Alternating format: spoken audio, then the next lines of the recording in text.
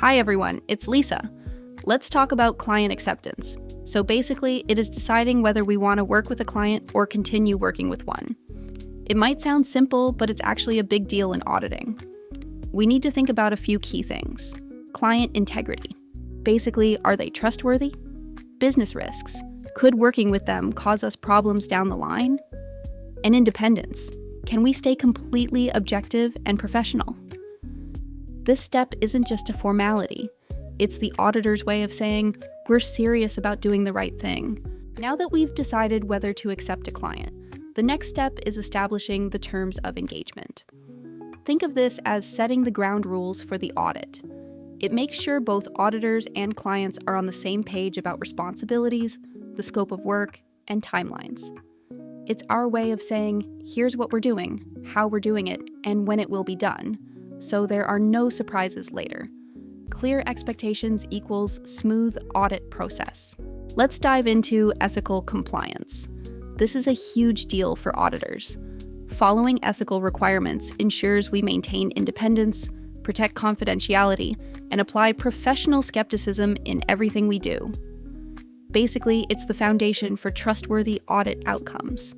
If we don't stick to these standards, the whole audit could be questioned. So this step isn't just rules on paper, it's what keeps our work credible and reliable.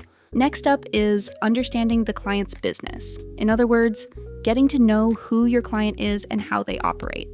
Why? Because having this contextual knowledge is key for effective auditing. When we understand their business operations and industry, we can spot potential risks and tailor our audit approach so it fits perfectly. Think of it like being a detective. The better we know the client, the sharper our audit investigation will be. Now, let's talk about preliminary risk assessment. This is all about understanding and identifying audit risks. This step is crucial because it helps us pinpoint areas that have a higher likelihood of material misstatement. Once we know where the risks are, we can tailor our audit approach to focus on what matters most, making the audit more effective and efficient. Think of it as mapping out the tricky spots before you start the journey. It makes everything else run a lot smoother.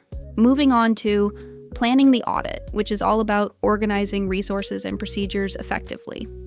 During this phase, auditors put together a comprehensive strategy, deciding how to allocate resources, define procedures, and set timelines. This careful planning ensures the audit process is both effective and efficient. Think of it like preparing a game plan before a big match. The better the plan, the smoother the execution. Now, let's look at establishing materiality. This is all about defining thresholds for audit significance.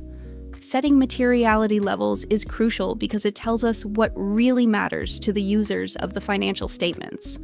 It guides the scope and focus of the audit, helping us concentrate on the areas that could have the biggest impact. Think of it like knowing which spots in a painting need the most attention. Focus on what matters most, and the picture comes out perfect. Next up, let's cover some key concepts, specifically, establishing communication protocols for audits. To make sure the audit runs smoothly, it's important to identify key contacts within the client's organization. Setting up clear communication channels helps everyone stay on the same page and makes the whole process much more efficient. Think of it like setting up a good team chat before a big project. Everyone knows who to talk to and when, which keeps things moving without hiccups. Finally, let's talk about documenting engagement activities. This is a big one. Maintaining high-quality documentation is essential for transparency and compliance with auditing standards. It provides a solid foundation for evidence and review throughout the audit process. Think of it as leaving a trail of breadcrumbs. It ensures everything we do can be checked, understood, and trusted. That wraps up our deep dive into the preliminary engagement stage of an audit. I hope you enjoyed the content and found it helpful. If you did, don't forget to hit that like button, subscribe, and leave a comment.